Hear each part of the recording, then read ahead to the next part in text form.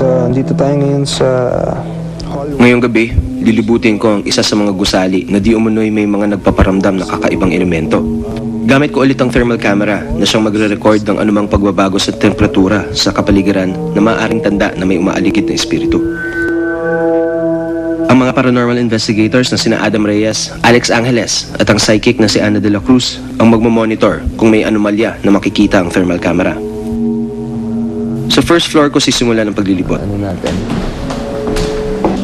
So, andito tayo ngayon sa 104.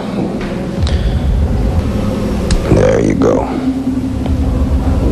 Dito tayo sa 106.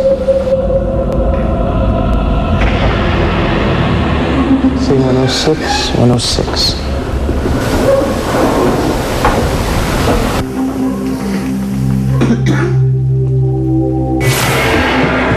Sunod kong pinuntahan ang second floor.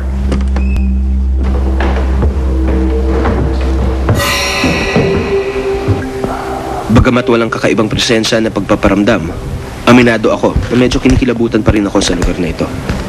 Kunyari, mag-isa lang ako babalik dito ng this oras ng gabi. From what you can see naman sa footage na nakukunan natin, kahit sino naman nasa tamang isipan, matatakot rin dito eh. Huli kong inakyat ang third floor. Ayan, dyan lang kaya. Dyan lang kaya. Minabuti ko na lumayo sa mga kasama kong cameraman para wag maistorbo ang mga ligaw na espiritu kung meron man dito. Okay, medyo nagulat ako sa sarili kong anino, pero okay lang.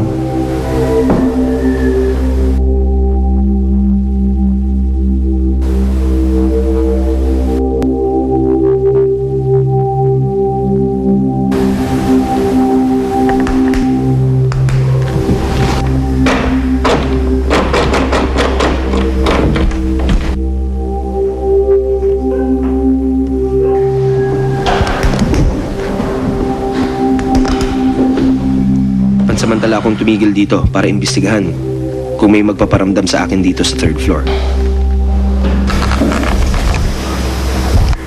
Una na kayo bumaba. Iwan niyo ako dito. Ayan, baba na kayo.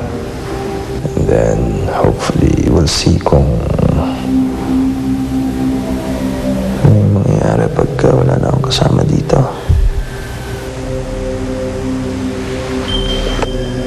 Parang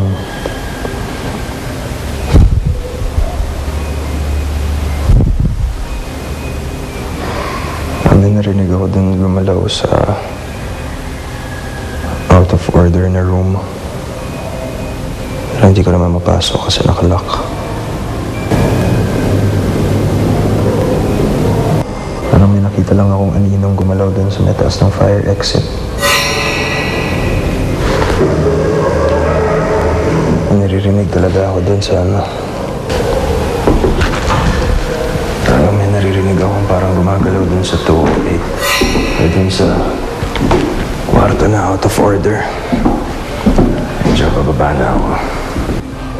Pero hindi lang pala ako ang may kakaibang karanasan ng gabi ngayon.